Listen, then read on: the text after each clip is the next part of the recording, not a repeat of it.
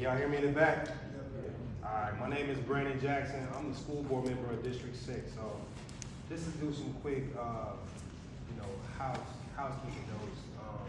First, I just want to say thank you all for coming here today.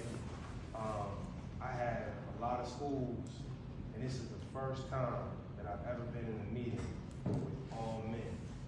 So I just want to give you all a round of applause for showing up and being present.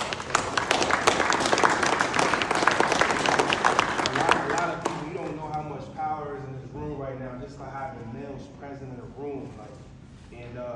I don't really get a lot of opportunity to talk to just males. So I want to can I just be straight up and leave the politics aside, just be real. Just keep it real, man. So I don't have nothing written down either, but I just feel like we have to see the opportunity with all these males in the room. Is that, and I know Ms. Payne wanted me to talk more about stuff that we got on the community. I'll get to that in a second. But what's on my heart is that, man, it's a war going on, man. And it's a war going on outside, fellas. And the thing that keeps me up at night is that most of our troops, the men, don't even realize that we're in a fight right now. Come on.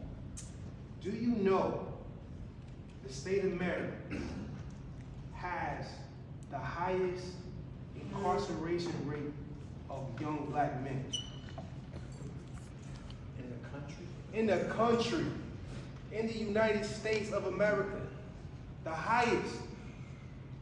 Do you know that in Maryland, black males make up about 17% of the population? We occupy about 73% of the incarcerated population in the state of Maryland. It's a war going on outside, man. We gotta get in the game.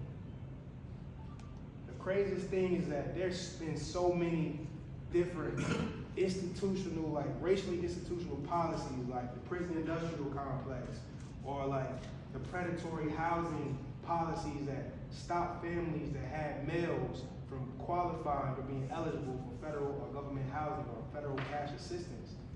There's so many different institutions that are designed to destroy the black family. I'm just the black and brown families. And so it's we have to be equipped and in tune. How many people grew up with a father? Our present father. A lot of us did, and a lot of us are probably born in the 80s and 90s, early 2000s, some of us in the 70s. But I know we feel the direct impact of the crack cocaine epidemic. I know growing up in my hood, and I grew up in the Midwest. Before I moved here, I grew up in between Cincinnati, Ohio, and Detroit, Michigan. And when I was growing up, and I know it's not too different from this community here, is that having a father was a rarity. Somebody with a father, it's just man, you got a father, you got a pops. And I remember sitting on those corners waiting on my dad to come and never showed up. Or I remember my mother stepping in, at football games or at basketball games or at baseball games or practice or whatever like that, and filling in, being the only mom when the father's supposed to be there rooting me on. And it's just that the impact of a father is so great. That's why there's so many institutional policies that's designed to take us out of the picture.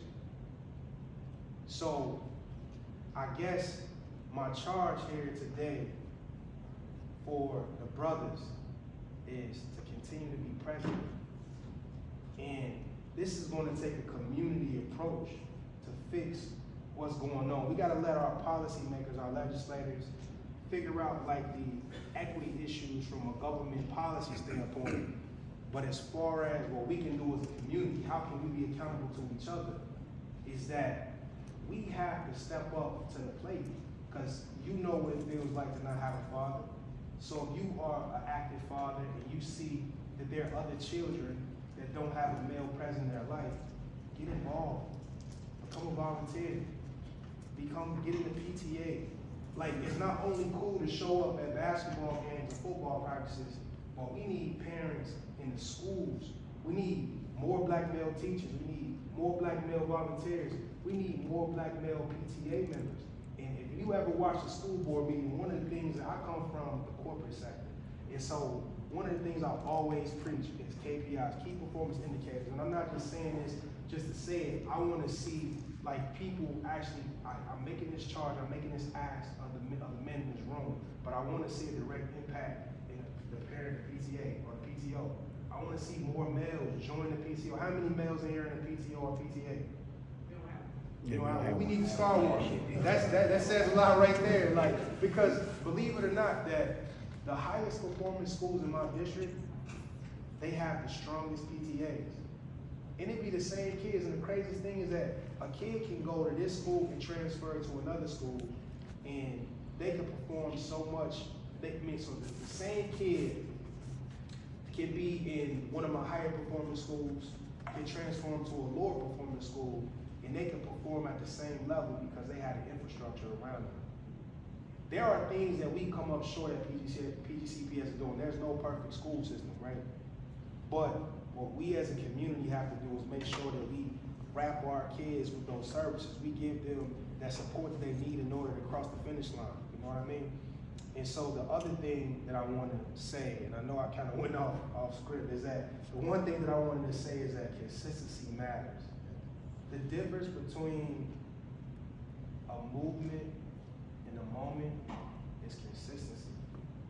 It's like when it feels good, it's easy to do. When the sun is out, there's no rain, you don't have no drama with your baby mama, your wife, you know, your work, everything is going good, it's easy to show up. But we want you to show up when it's hard. That's the true measure of man. Like, how do you show up? What character, what person? That's who you really are, how you show up during adverse times. And so, my charge to the men in this room is to consistently, to be constant or consistent, and to make sure that we take this a community approach to handling our problems and making sure that we secure our kids. And so, the last thing I'll say, because I don't have a